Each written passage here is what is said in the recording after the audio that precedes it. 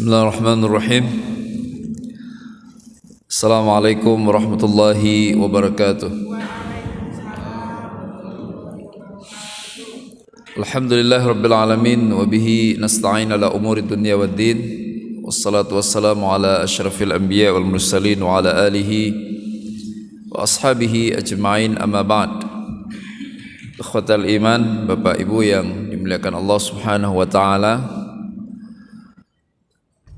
Surah Al-Ghashiyah, hal ataka hadithul ghashiyah.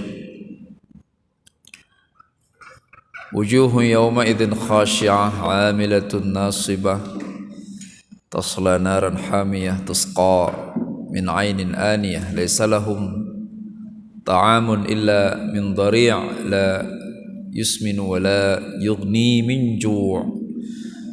Wujuhun yawma idzin na'imah li sa'yiha radiyah fi jannatin 'aliyah la tasma'u fiha laghiyah fiha 'ainun jariyah fiha sururum marfu'ah wa akwabum mawdu'ah wa namariqu masfufah wa zarabiyyu mabthuthah afala yanzuruna ila al-ibil kaifa khuliqat wa ila as-sama' kaifa rufi'at wa ilal jibal kaifa nusibat wa ilal ard kaifa sutihat fadzakkir innama anta mudzakkir lasta alaihim bimusaitir illa man tawalla wa kafar fayu'adzibuhu Allahu al-'adzab al-akbar inna ilaina iyabahum thumma inna alaina hisabahum.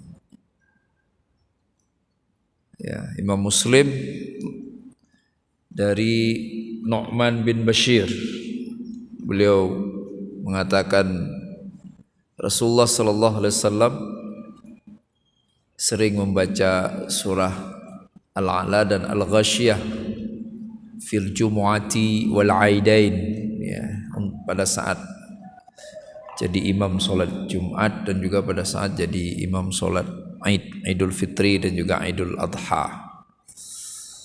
Ya, ini keutamaannya, sering dibaca oleh Nabi. Tentunya karena banyak alasan. Di antaranya yang paling penting adalah kandungan nasihat yang ada di dalamnya. Rahimakumullah.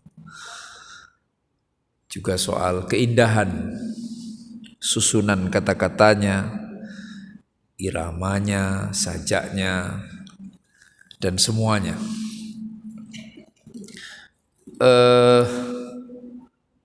Al-Ghashiyah Makkiyah, ya, tidak ada perbedaan pendapat.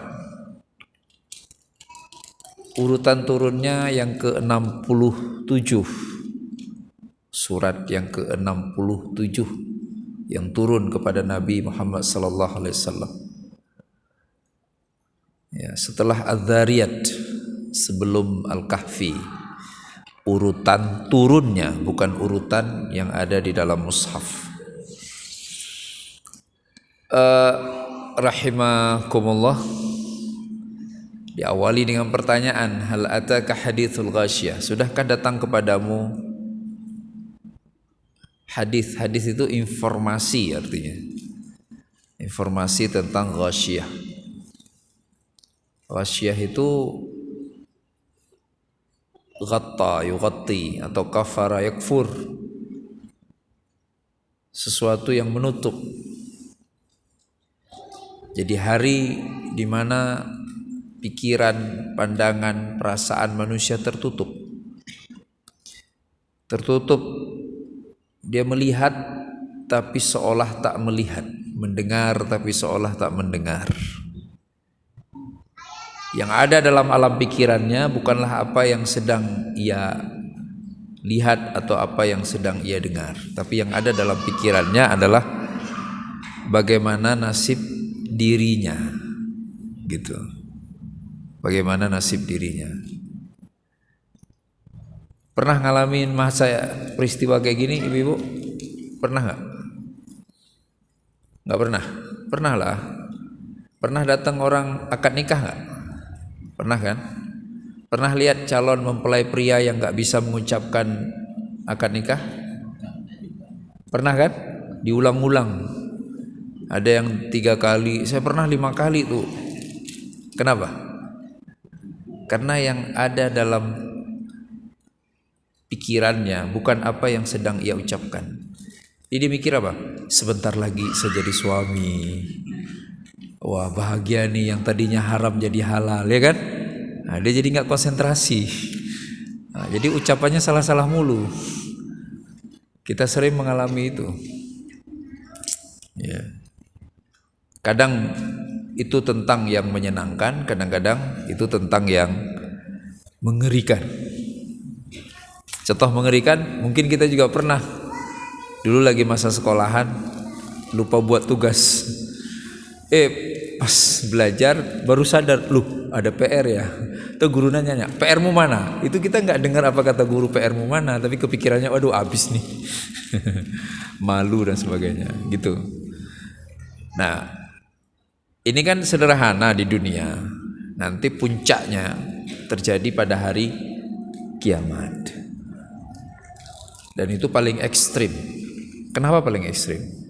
Coba, sengeri apapun di dunia ini, kita nggak mungkin lah ngebiarin istri atau ibu-ibu ngebiarin suami, orang tua ngebiarin anak-anak, kita nggak mungkin. Sebagaimana juga kita pasti tetap ingin mencintai, melindungi orang yang kita cintai dan orang yang kita lindungi di dunia ini, iya kan? Tapi kalau hari kiamat tiba, saking ngerinya, kita benar-benar melupakan segala-galanya. Yauma yafirrul mar'u min akhihi wa ummihi wa abihi. Kita sudah bahas ini kan dulu waktu kajian surah Abasa wa Tawalla. Yafirru loh Bapak Ibu. Hari itu kita lari bukan melindungi, bukan lari menuju ayah atau ibu, tapi lari kabur menjauh dari ayah dan ibu hari kiamat. Bayangkan. Lari kabur dari pasangan kita, lari kabur dari orang-orang terdekat kita. Itu kan ghasyah, ketutup. Kita nggak melihat lagi apa yang sesungguhnya terlihat. Ya, saking mengerikannya. Hal ataka hadithu al-ghasyiyah. Nah, rahimakumullah, maka perlu persiapan. Ya kan, hari ini kan seolah-olah apa yang terlihat itulah yang nyata, itulah yang sesungguhnya, itulah yang sebenarnya. Maka akhirnya manusia berlomba-lomba membuat teknologi agar yang terlihat itu makin indah, bahkan kalau perlu lebih indah dari yang sebenarnya, ya kan? Sekarang sering lihat itu kan, ibu-ibu di foto bagus banget, ngelihat aslinya la ilaha illallah. Ya, pemandangankah, pantai atau sebuah lokasi indah banget. Begitu kita datang biasa aja. Nah, itu dunia tuh. Nah, kita harus bersiap-siap, akan ada suatu hari pandangan mata itu nggak ngaruh ke perasaan kita. Lah, hari kiamat kan yang akan terdengar dentuman demi dentuman, iya kan? Orang gunung Merapi itu semuanya meletus, air laut meluap. Kita sudah pernah bahas ini kan, surat Infitar dan sebagainya. Bagaimana keadaan jagat raya pada saat terjadinya kiamat, bintang berjatuhan, matahari berantakan, semesta kehilangan orbitnya, di luar orbit semua berantakan lah. Sangat mengerikan. Akhirnya apa? Akhirnya kita nggak lagi berpikir tentang apa yang kita lihat, kita sudah berpikir gimana saya. Udah nggak ingat tuh, udah nggak ingat tentang istri, anak, rumah dan sebagainya. Kita udah nggak ingat itu semua. Kita pasti sudah melupakan itu semua. Nah, maka diingatkan oleh Allah Subhanahu wa taala, diingatkan oleh Rasulullah sallallahu alaihi wasallam bahwa hari itu akan tiba. Ya. Pelajarannya bahwa mata memang untuk melihat, tapi lihatlah hakikatnya, itu pelajarannya. Iya kan? Ibu-ibu lihat anak nih, apa yang dilihat? Selama ini kita cenderung melihat fisiknya, sehat, alhamdulillah. Dia bermain, beraktivitas, alhamdulillah. Tapi lihat hakikatnya. Begitu lihat anak, orang tua harusnya lihat apa? Anak ini harus bisa menjadi tabunganku di akhirat. Itu hakikat kan? Iya. Anak ini harus jadi anak soleh, solehah yang mendoakanku. Iya kan? Anak ini harus menjadi anak yang berbakti. Itu namanya lihat hakikat gitu. Lihat masjid, sekarang lagi ngetren kan? Masjid yang dipublikasikan keindahannya, tapi kita nggak lihat berapa jumlah jamaah yang sholat di dalamnya, ya kan? Apa hakikat masjid? Sholat fardu berjamaahnya, itu hakikat masjid itu. Lah, ju'ilat liyal ardu masjidah, kata Nabi alaihi salatu wassalam. Allah menjadikan khusus untukku bumi ini semuanya masjid. Maka kita nggak akan pernah ketemu dalil masjid halus berbentuk bangunan. Cukup dibersihkan, kalau memang dananya nggak ada, ditandain ini loh batasnya ya, ini batas, kasih patok gitu, sepakati ini masjid ya, sah sholat tahiyatul masjid, sah sholat Jumat, benar nggak Bapak Ibu? Iya. Masjid sekarang kan nggak gitu kan? Pakai drone, macam-macam, indah, indah. Orang datang makan-makan, bukan datang pengen sholat. Ya. Maka ceritanya pun, cerita masjid-masjid indah itu yang dipublikasikan sedemikian rupa. Kita baca orang komentar, nggak ada satupun yang komentar, Masya Allah, baru kali ini saya khusyuk sholat. Nah, nggak ada yang komentar gitu. Semua komentarnya, saya datang ke sana, keren banget. Saya datang ke sana, makannya enak. Saya datang ke sana, orangnya rame. Saya datang ke sana, terus masjid dibuat jadi tempat hiburan, destinasi wisata, iya kan? Jadi hakikat, hal ataka hadithu al-ghasyah. Ibu-ibu lihat suaminya, jangan hanya lihat tampannya, lihat juga bahwa dengan suami ini saya harus masuk surga. Bapak-bapak lihat istrinya, jangan hanya lihat cantiknya. Kalau lihat cantiknya selalu berujung di ranjang kan? Iya, lihat juga bahwa dengan istri ini saya harus bisa masuk surga. Lihat sahabat juga sama, sahabat. Kan hadis Nabi itu kan, yang masuk surga ia boleh mengajak 70 orang untuk ikut masuk ke dalam surga bersama dirinya. Jadi kalau kita ngelihat sahabat kita, milih jadinya kan, enggak ini orang nggak bakal masuk surga kayaknya. Saya pengen deket sama sahabat-sahabat yang insya Allah kalau dia masuk surga dia manggilin saya. Lah, jadinya kan nggak mungkin deket sama orang nggak bener kan? Ngapain? Malah ntar dia manggil kita ke neraka. Ya, itu hakikat. Hal ataka hadithu al-ghasyiyah. Tamam? Juga sama melihat dunia, misalnya tempat tinggalkah, kendaraan, ya bagus sekali, Masya Allah. Semoga pemiliknya makin bersyukur kepada Allah SWT. Itu lihat hakikat tuh. Kalau nggak lihat hakikat, kapan ya saya bisa begitu? Itu nggak lihat hakikat. Ya. Tamam? Kita lanjutkan. Hal ataka hadithul ghasyiyah. Nah, kemudian masuk ke wajah neraka dulu. Trennya memang di dalam Islam, Rasulullah SAW berdakwah juga seperti itu Bapak Ibu. Lebih sering bercerita tentang mengawali ceritanya, mengawali dakwahnya dengan neraka, bukan dengan surga. Kenapa? Karena kewaspadaan dulu. Betul kan? Iyalah. Semua begitu. Emang ada gaji dulu baru kerja? Ada nggak? Begitu Anda diterima, besok datang ambil gaji, lusa baru kerja. Pernah begitu nggak Bapak Ibu? Nggak ada. Anak kita sekolah, begitu hari pertama kita langsung ngomong ke anak, nak, ini hari pertama kita ambil rapor dulu, setelah itu liburan, setelah itu baru sekolah, gitu? Enggak kan? Semuanya tentang apapun awalnya keseriusan, awalnya kewaspadaan, awalnya kehati-hatian. Menikah juga sama, apa juga begitu, bersahabat juga begitu. Mana ada baru kenal orang langsung ketawa ketiwi, nggak ada. Kenalan pelan-pelan dulu kan. Anda mau kemana? Oh sama ya. Anda dari mana? Pelan-pelan, lama-lama, sehari, sebulan, bertahun, akhirnya jadi sahabat dekat.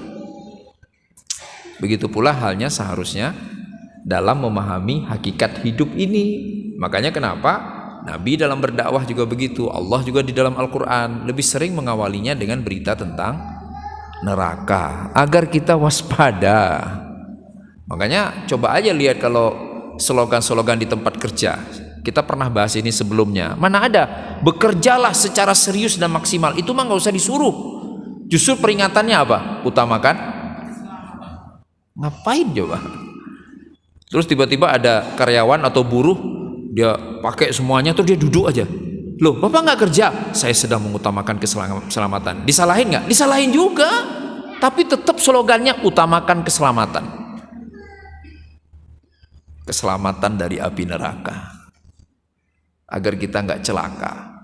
Karena kalau udah nggak celaka pasti surga, pasti jannah. Jadi hati-hati. Itu pesan utamanya dari wajah-wajah yang khusyuk. Wujuhu yauma idzin khasy'ah. Jangan sampai kita khusyuk di akhirat. Maka kita harus khusyuk di dunia. Apa tuh khusyuk? Khusyuk itu sahlun, mudah dan ringan. Sahlun wa khafifun atau khifah. Apa maksudnya khusyuk itu mudah dan ringan? Secara bahasa itu artinya orang sholat khusyuk, orang yang mudah untuk sholat, gak merasa berat, gak merasa sholat itu beban. Orang yang sholat khusyuk gak pengen buru-buru, dia menikmati sholatnya, ya, mudah dan ringan buat dirinya. Ngapain buru-buru, orang ringan kok. Benar gak? Mau ilustrasi, pernah main ke pelabuhan zaman dulu yang orang ngangkut beras di pundaknya itu, dipanggul, jalannya buru-buru atau santai, nyapa sini-sini? Enggak kan? Buru-buru kan jalannya? Kenapa? Beban. Kapan orang bisa jalan sambil sapa sana sapa sini? Waktu dia membawa sesuatu yang ringan. Bisa jalan pelan, menikmati sholat. Kalau sholat itu dianggap beban, maka pasti buru-buru, nggak mau pelan. Allahu Akbar, semoga pokoknya udah selesai, alhamdulillah udah sholat gitu ya. Beban. Tapi sholat yang mudah, sholat yang ringan dinikmati. Nah, khusyuk positif di dunia, karena kita diminta untuk khusyuk. Alladzina hum 'ala shalatihim khashi'in, itu kan orang khusyuk dalam sholatnya. Wasta'inu bis sabri was shalah wa innaha lakabiratun illa 'alal khashi'in.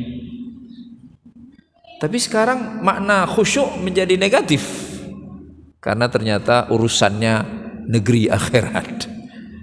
Kelas kita belajar apa Bapak Ibu? Belajar menempatkan sesuatu pada tempatnya. Ibu-ibu, anak ibu bukan teman ibu, maka perlakukan anak sebagai anak. Suami juga bukan teman, suami adalah suami. Bapak-bapak juga sama. Istri itu bukan emak, maka nggak boleh ngeluh terus ke istri. Kalau ke emak ya iyalah, istri itu ya istri, anak-anak ya anak-anak. Kita sering salah menempatkan sesuatu.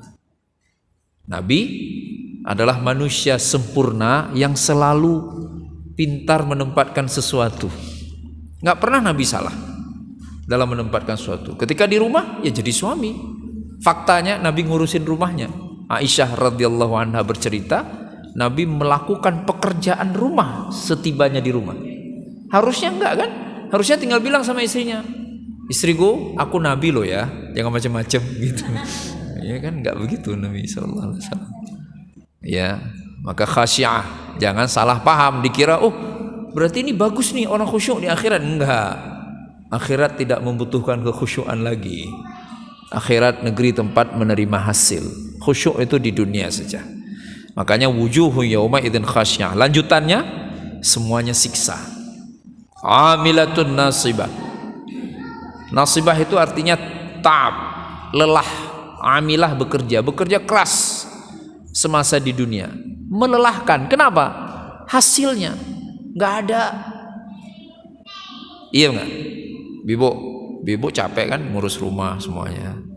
Tapi kalau lihat suaminya baik, anak-anaknya berhasil, hilang lelahnya kan? Iya. Maka ibu-ibu di rumah nggak masuk kategori amilatun nasibah. Tapi kalau udah sedemikian baik sama suaminya, sama anak-anaknya, suami nggak jelas, anak-anak nggak nurut, makin capek kan, Bu? Makin capek. Sama bapak-bapak juga sama, udah cari nafkah, berangkat pagi, pulang sore, habis waktunya, tapi nggak taunya istrinya belagu. Ini capek, tambah capeknya. Amilatun nasibah. Jadi lelah atau tidak tergantung dari hasilnya. Apa yang kita dapatkan. Nah, kalau orang sholat malam tuh lelah nggak? Mungkin lelah.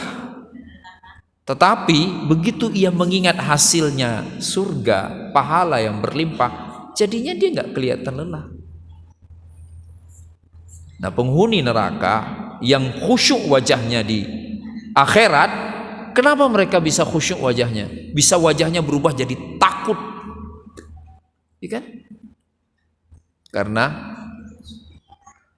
baru sadar bahwa ternyata semua kelelahannya di dunia berujung neraka. Pelajarannya buat kita, hati-hati. Cross check, konfirmasi lagi. Takutnya kita serius, kita prioritaskan, nggak taunya itu nggak penting buat Allah. Bener nggak? Sama kayak sebagian orang tua ada kan, begitu daftarin sekolah anak-anaknya, yang dicari apa? Nomor telepon gurunya atau wali kelasnya. Udah gitu ngapain? Beliin hadiah buat wali kelas, beliin tiket umroh buat wali kelas. Bukan anaknya yang disuruh belajar. Targetnya apa coba? Biar anaknya nilainya bagus. Amilatun nasibah. Sebagus-bagusnya nilai si anak tetap nggak bisa dapat ranking dong. Amilatun nasibah, sia-sia. Maka jangan ragu-ragu untuk muhasabah. Nanya-nanya lagi. Ini serius banget. Kan ibu-ibu tuh kadang-kadang sampai nggak enak tidur gara-gara tadi masak kebanyakan garam. Ini nggak perlu lah, tidur aja, nggak bikin masuk neraka kok. Ya kan? Jangan ragu-ragu untuk mengkonfirmasi. Bapak-bapak juga begitu. Kadang kita hidup begitu. Ya, jadi serius banget. Ini harus begini. Ini. Begitu kita duduk lagi mikir, emangnya kalau sampai nggak terjadi Allah marah? Oh enggak ya. Emangnya kalau nggak begitu Allah? Oh enggak. Terus ngapain?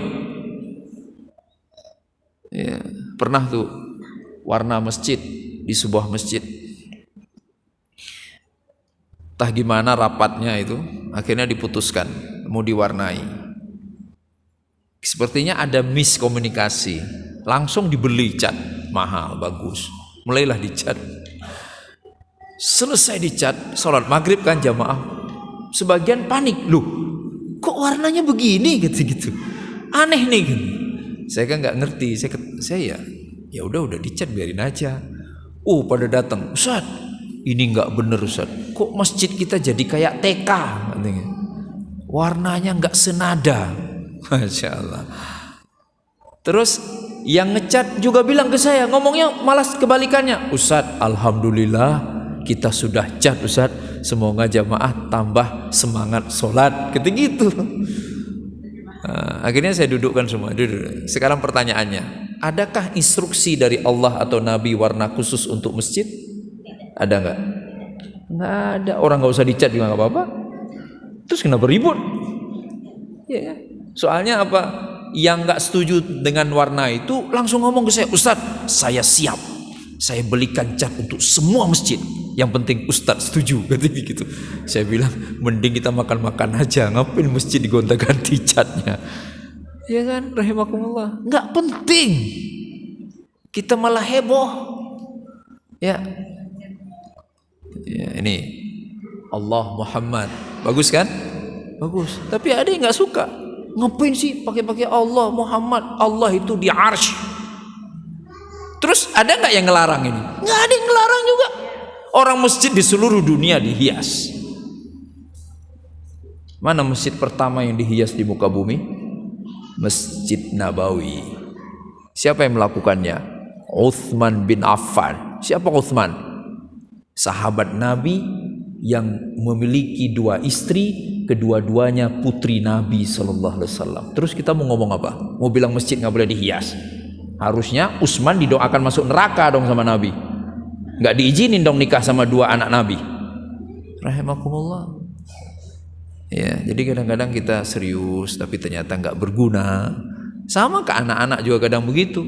Serius gitu. Nggak taunya itu bukan tentang surga. Khalas, amilatun nasibah. Jangan sampai kita masuk kategori ini. Tasla naran hamiyah. Nah sekarang ya siksanya, asapnya masuk ke neraka yang panas. Tusqa min ainin aniyah. Tusqa itu disiram.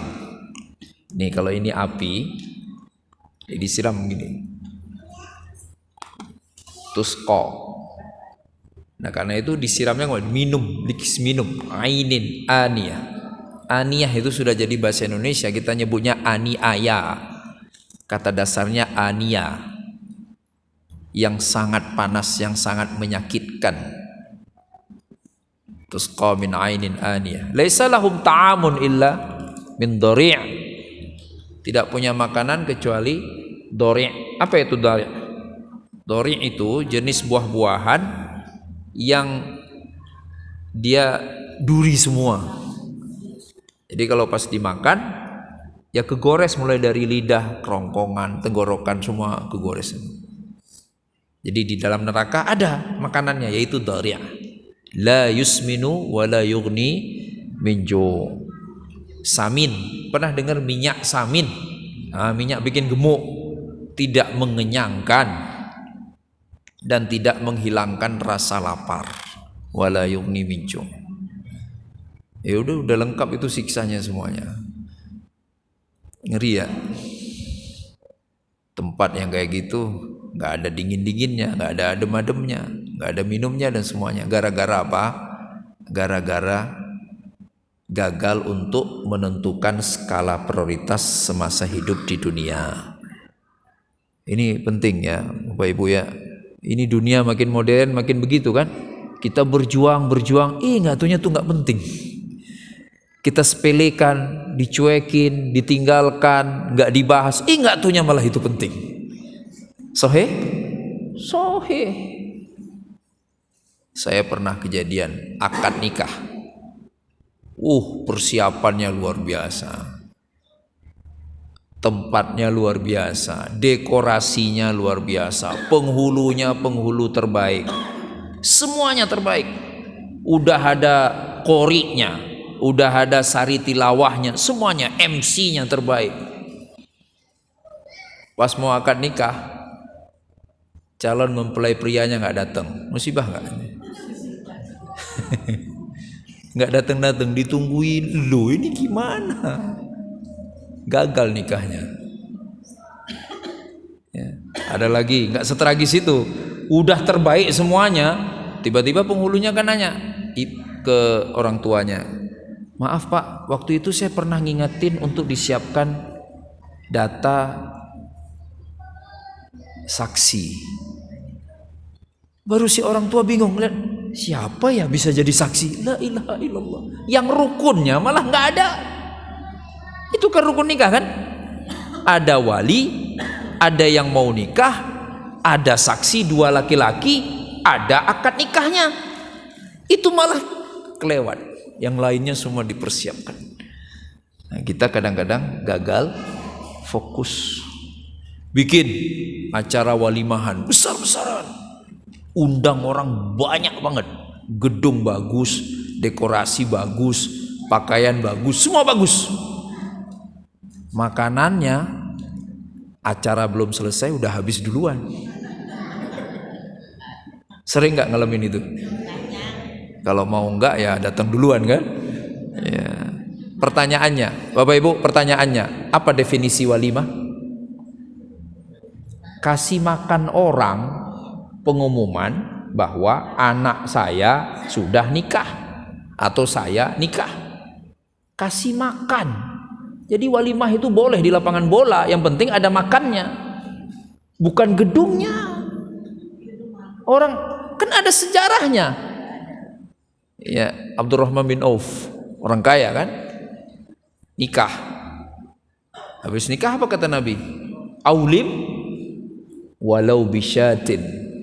Selenggarakan walimah walaupun hanya dengan 1 ekor kambing. Kalau memang makanan nggak jadi unsur utama dalam walimah, Nabi nggak akan mengatakan walau bisyatin. Jadi datang kita sekarang dibalik, bukan makanan yang paling utama, dicuek aja. Iya sih, lagian diundang suami istri, dibawa semua anaknya. Urusan orang lah, suka-suka dia. Kita yang nyelenggarain, siapkan makanan sebanyak mungkin. Lah sisa tinggal dibagiin ke tetangga. Pada mau kok. Ya, rahimakumullah. Itu contoh kita gagal fokus. Kalau gagal fokus, ngerinya jadi amilatun nasibah. Masuk anak pesantren, ayah maknya jenguk, nengokin, ya kan? Begitu ketemu si anak, peluk kan, cium, peluk, nangis anaknya, nangis. Kenapa? Makanmu nggak enak ya? Kok nanyanya makan? Kalau mau makan, anak harusnya dititipkan di mana? Restoran, bukan pesantren. Harusnya kalau jenguk anak, anak nangis, nanya, kenapa nak? Nggak dapat ilmu ya? Itu yang ditanyain. Kan masuk pesantren biar dapat ilmu. Ini nelpon anaknya, gimana makanmu nak? Gimana tidurmu? Lah tidur ke hotel kalau mau enak, bukan ke pesantren. Kita suka gagal fokus. Maka nggak sedikit kan orang tua, udah cukup 3 tahun aja keluar dari pesantren. Kenapa Pak dikeluarin anaknya? Makan nggak enak, tidur nggak enak. Oh iya bener lah, cari makan cari tidur di pesantren. Itu terjadi rahimakumullah. Ya kan? Ya sama apa aja kalau kita nggak fokus. Ya, menikah juga begitu kadang-kadang kan. Sebagian orang nikah, sama siapa nikahnya? Anak kiai. Emang tidurnya sama kiai? Sama anaknya lah. Iya, maka cari anaknya. Terserah ayahnya mau siapa. Walaupun kadang-kadang berpengaruh. Kalau ayahnya baik, biasanya anaknya baik. Tapi nggak perlu nyebut-nyebut nikah sama siapa, anak kiai. Nggak usah, sebut aja namanya, mau Aminah kek, Fatimah kek. Iya kan? Ya, jadi ketika nggak fokus, kan sering nikah karena ayah atau emaknya berujung kepada perceraian. Kelas, biar kita nggak jadi amilatun nasibah. Nah sekarang bagaimana dengan wajah yang bahagia, wajah yang naimah? Naimah, wajah nikmat. Naimah itu dari kata ni'matun lisaiha radiyah. Untuk usaha-usaha yang ia lakukan ia ridho. Masya Allah. Ada 2 makna. Yang pertama, dulu ketika di dunia, semua daya upayanya, usahanya, kerjanya, aktivitasnya, ia targetkan meraih ridho Allah Subhanahu wa ta'ala. 1.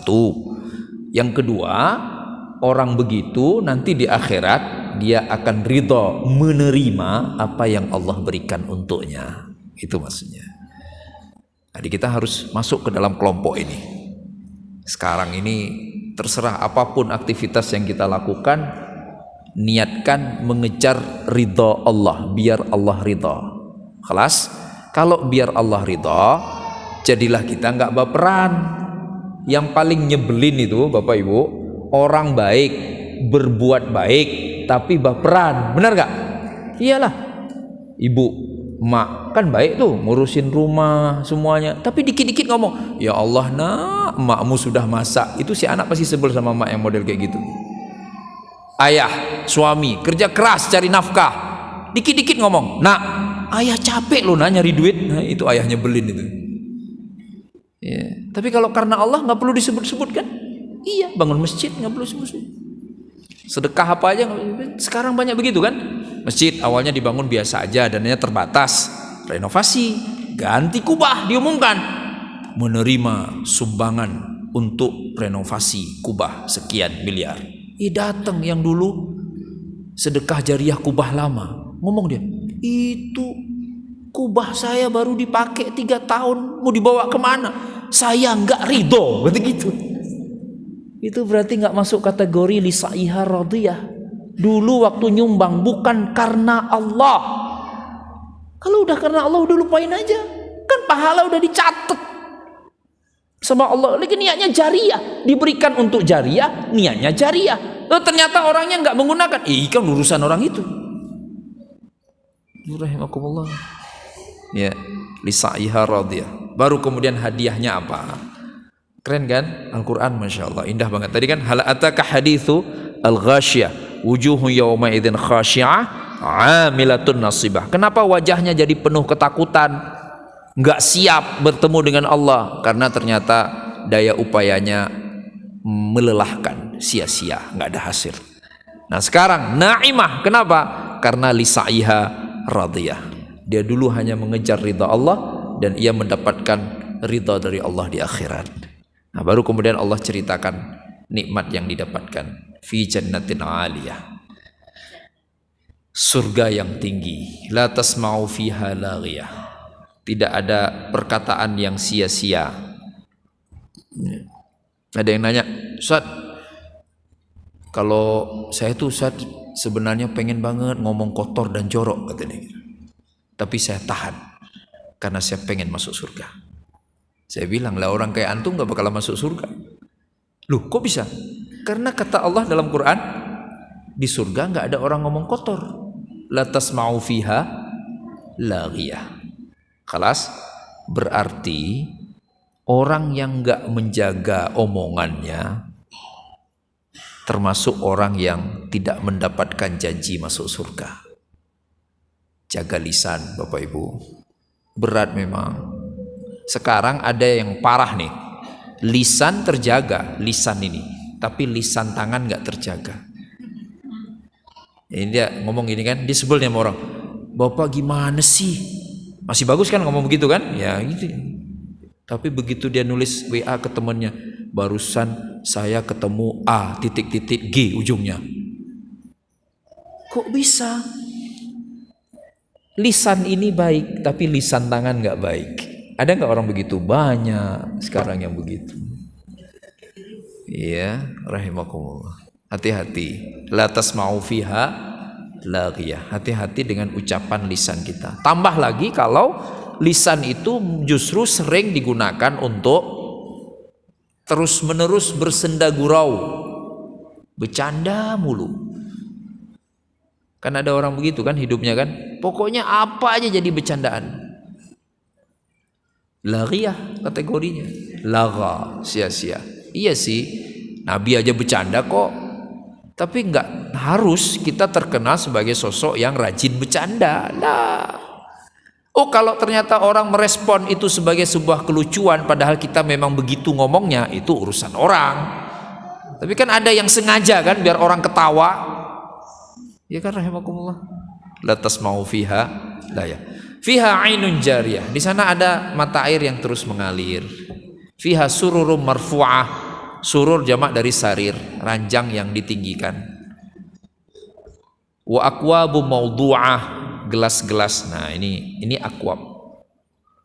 Jamak dari kubun, bertangkai. Kalau enggak bertangkai, biasanya enggak dibilang akwab biasanya. Ya. Mawdu'ah yang diletakkan tersusun rapi. Buat apa gelas? Gelas yang indah menjadi penanda isinya nikmat, airnya nikmat. Wa akwabu mawdu'ah wa namariqu masfufah. Namariq nimraqah, wisadah, bantal. Suf, sofa. Suf, bulu domba. Empuk bantalnya tapi enak, adem. Beda dengan bantal yang diisi kapas. Masfufah. Wa zarabiyyu mabthutha. Zarabi ini karpet yang terhampar. Itu surga. Indah. Turunnya ayat-ayat ini 1500 tahun yang lalu. Anehnya sampai sekarang semua ciri-ciri surga ketika disampaikan tetap membuat kita pengen masuk surga. Benar kan Bapak Ibu? Sampai detik ini setidaknya setelah 15 abad ayat ini turun, kita tetap menganggap inilah standar kemewahan, iya kan? Iya. Karpet, gelas yang bagus, minuman yang lezat, bantal yang empuk dan adem, Masya Allah. Al-Quran dari Allah. Nabi nggak mungkin tahu itu. Nggak mungkin Nabi bisa menebak bahwa 15 abad kemudian manusia masih mencintai hal yang sama. Yang tahu hanya Allah. Membuktikan Al-Quran benar dari Allah Subhanahu wa Ta'ala. Pelajarannya, Allah ingin ingatkan kita, boleh saja menikmati dunia, tapi faktanya kita nggak akan pernah sampai pada puncak kenikmatan. Karena dunia sifatnya hanya sementara. Betul kan? Waktu dibeli, waktu baru dimiliki, rasa-rasanya udah paling baik, udah paling keren. Tunggu aja sebentar, sebulan, 2 bulan, ya nggak taunya ada yang lebih bagus lagi. Dunia, cuma di akhirat ada puncak kenikmatan. Maka nggak perlu habis-habisan demi dunia, karena sifatnya selalu sementara. Jadi capek kita. Mending habis-habisan demi akhirat, agar kelak kita bisa mendapatkan puncak kenikmatannya insyaallah. Khalas, lanjutannya, afala yanzuruna ilal ibili kaifa khuliqat wa ilas sama kaifa rufi'at. Tidakkah mereka melihat kepada unta, kemudian langit, kemudian gunung, kemudian bumi? 4 nikmat yang perlu diperhatikan. Ya, unta. Kalau melihat unta kita di mana kalau di sini? Taman safari ya, atau kebun binatang. Tapi kan itu unta itu enggak sebagaimana sesungguhnya. Hewan yang kata pakar disebutkan sebagai hewan paling bijaksana di muka bumi katanya. Enggak pernah merepotkan pemiliknya. Justru sangat membantu. Apa yang kita khawatirkan dari yang kita inginkan dan kita khawatirkan? Kita pengen agar ia membantu. Apa bantuan yang nggak bisa diberikan unta? Bahkan dia tahu ketika kita ingin menuju sebuah tempat dan di tempat yang ingin dituju itu ada bahaya, unta pasti nggak mau melangkahkan kakinya ke sana. Ngangkut barang, tinggal naruh aja, dia pasti kuat. Ngangkut kita juga kuat. Dijadikan sebagai alat angkut barang bisa, untuk membawa manusia juga bisa, alat transportasi. Jaga diri, atau kita direpotkan kayak orang punya kuda, ribet kan? Ribet. Unta enggak. Unta tidur nih kita di padang pasir. Unta yang ngawasin kita dari kalajengking, dari ular padang pasir yang sangat berbisa itu, dipakai kakinya dipatuk. Ya. Terus kalau dia pengen jalan-jalan kemana, nggak berisik, nggak kayak kambing. Makanya Nabi pernah mengumpamakan orang Quran itu seperti orang harus menjaga unta. Karena Quran akan pergi menghilang seperti menghilangnya unta, saking pelannya, saking senyapnya. Baik banget. Terus kalau kita lapar gimana? Ya sembelih, makan. Boleh dijadikan kurban? Boleh. Udah gitu, pernah lihat Bapak Ibu video bagaimana unta dikorbankan? Luar biasa bukan? Ya kalau nggak belum lihat nanti cari aja di YouTube. Haus, minum susunya. Susu unta luar biasa. Satu-satunya daging di muka bumi yang kalau dimakan, Bapak-bapak, kita harus wudhu ulang untuk sholat. Masya Allah. Saking panasnya dagingnya. Jadi orang kalau kebanyakan makan daging unta, itu jadinya badannya nggak sehat. Bukan nggak sehat karena makan daging, bukan, karena daging unta menimbulkan panas yang luar biasa. Baik semuanya. Afala yanzuruna ilal ibili kaifa. Nah, Pertanyaannya, kenapa Allah suruh lihat kita unta? Biar kita sampai pada pencipta unta. Itu maksudnya. Ya kan manusia nggak sanggup. Manusia hari ini ketika bikin lalat ya, udahlah berisik, baterainya terbatas, udah dikepruk begini langsung mati. Lalat diginiin nggak mati-mati kan? Iya, yang robot-robotan itu sudah katanya abad modern, teknologi canggih. Lah Allah sudah ciptakan unta sejak kapan? Canggihnya luar biasa. Nggak ngerepotin, nggak perlu pemiliknya bawa-bawa air, dia minum aja. Sekalinya minum, Masya Allah, melampaui isi tangki kendaraan kita sekarang. Itu unta. Nah, rahimakumullah. Kemudian jibal, ya, gunung. Sama dulu ya. Walas sama'i kaifa rufi'at. Langit, nggak ada tiang. Itu sudah cukup untuk membuat kita kagum sama Allah, pencipta langit. Sampai hari ini membangun bangunan dengan bentangan yang sangat luas tanpa tiang selalu membutuhkan teknologi tinggi. Nah, langit bukan hanya nggak ada tiang, nggak ada tepi kan? Ada tepinya nggak? Nggak ada. Pernah kita takut plafon langit runtuh? Enggak. Langit rumah kita mah iya. Langitnya Allah nggak pernah runtuh kecuali hari kiamat. Maka Bapak Ibu ya, kita lihat langitlah sesekali. Langit. Jibal nusibat, dipakukan ke bumi. Mau gempa kek, mau tsunami, apalagi apa aja, gunung tetaplah pada posisinya, nggak bergeser kan? Masya Allah.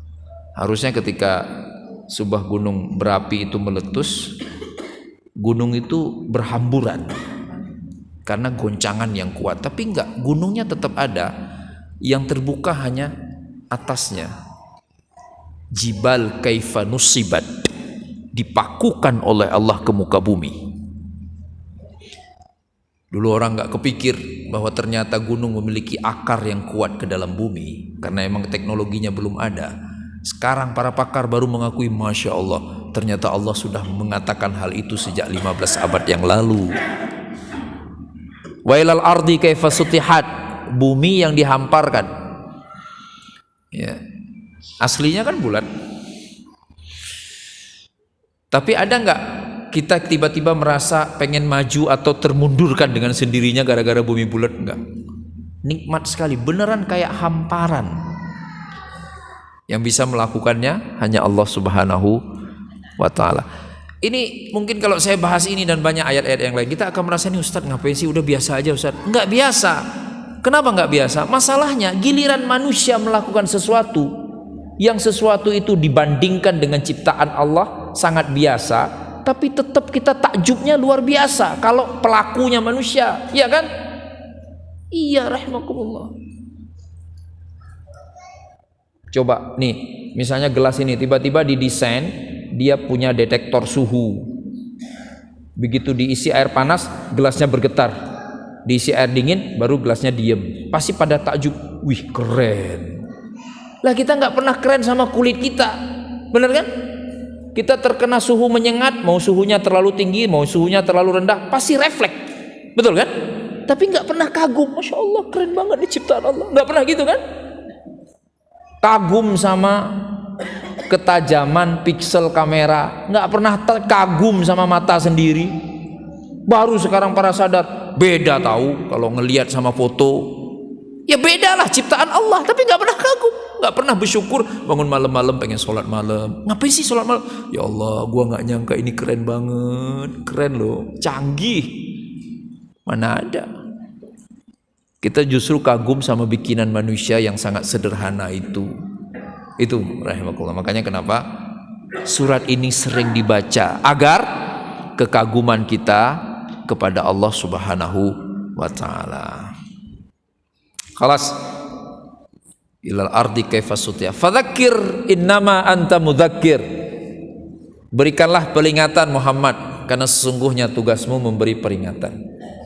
lasta alaihim bimusaitir, engkau tidak ditugasi untuk memaksa mereka, untuk menguasai mereka.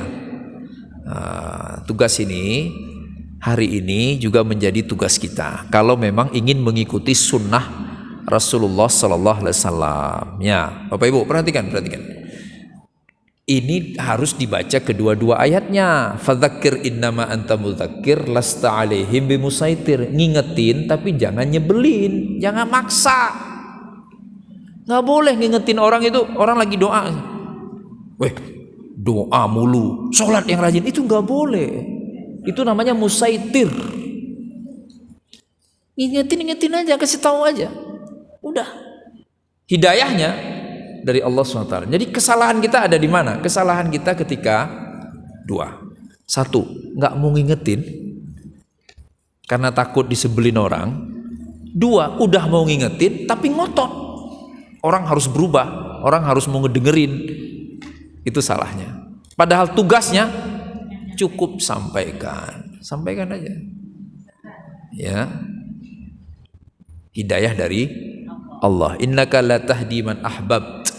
Bahkan Nabi Muhammad kata Allah, engkau tidak memberi hidayah kepada orang yang kau cintai, tapi hidayah dari Allah Subhanahu wa taala. Lasta alaihi bimusaitir. Jadi sampaikan, jadi jangan diam. Sehingga siapa yang salah? Kapan kita jadi salah dalam soal sampai menyampaikan? Ketika kita diam, itu jadi salah tuh.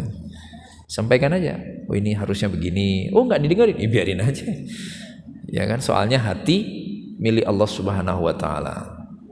Illa man tawalla wa kafar fayu'adzibuhu Allahul 'adzabal akbar. Kecuali orang yang berpaling dan kufur. Jadi bingung kan? Ini apa urusannya tiba-tiba ada pengecualian? Ya. Maksudnya pengecualian di sini orang-orang yang terus berpaling, orang-orang yang terus menutup diri, mereka pasti nggak mau mendengar nasihat. Maka yang akan mereka dapatkan adalah azab dari Allah Subhanahu wa taala. Sempurna nasihatnya.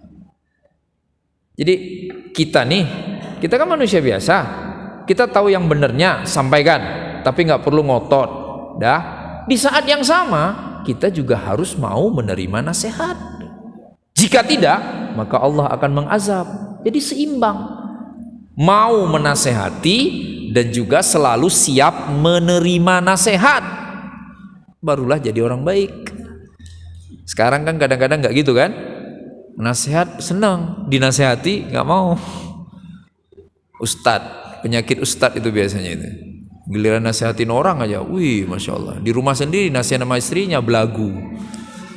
Ya, dia bilang ke istrinya, emang kamu apa?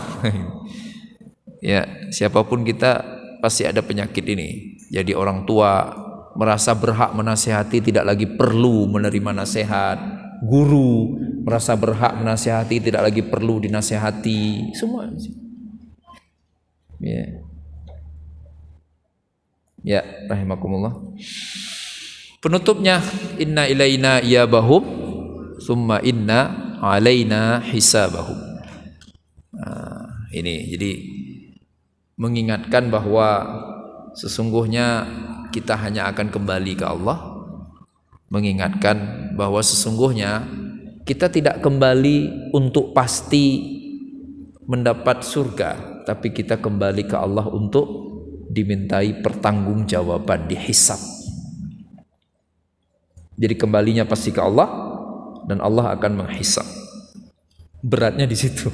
Kalau kembali ke Allah sih, ya mau kemana lagi kan? Pasti innalillahi wa inna ilaihi raji'un. Tapi yang jadi masalah di ayat penutupnya itu, inna alaina hisabahum. Udah gitu pakai kata alaina lagi, enggak ilaina. Kalau kembalinya ringan, ila kan, ila ke kami. Kalau ala, Bapak Ibu tahu nggak arti ala? Kewajiban kami memintai pertanggungjawaban mereka. Masya Allah. Jadi prosesnya nggak main-main kan? Allah mewajibkan atas zatnya yang maha agung untuk menghisap kita. Habis kita kalau ternyata hidup seenaknya semasa di muka bumi ini. Kesimpulannya, Bapak Ibu yang dimuliakan Allah Subhanahu wa taala, mudah-mudahan wajah-wajah yang hadir di sini semuanya menjadi wajah-wajah surga. Keluarga, istri, suami, anak-anak semuanya. dan semoga juga Allah jauhkan kita semua dari wajah neraka. Demikian, mohon maaf jika ada kesalahan. Billahi taufiq wal hidayah. Assalamualaikum warahmatullahi wabarakatuh.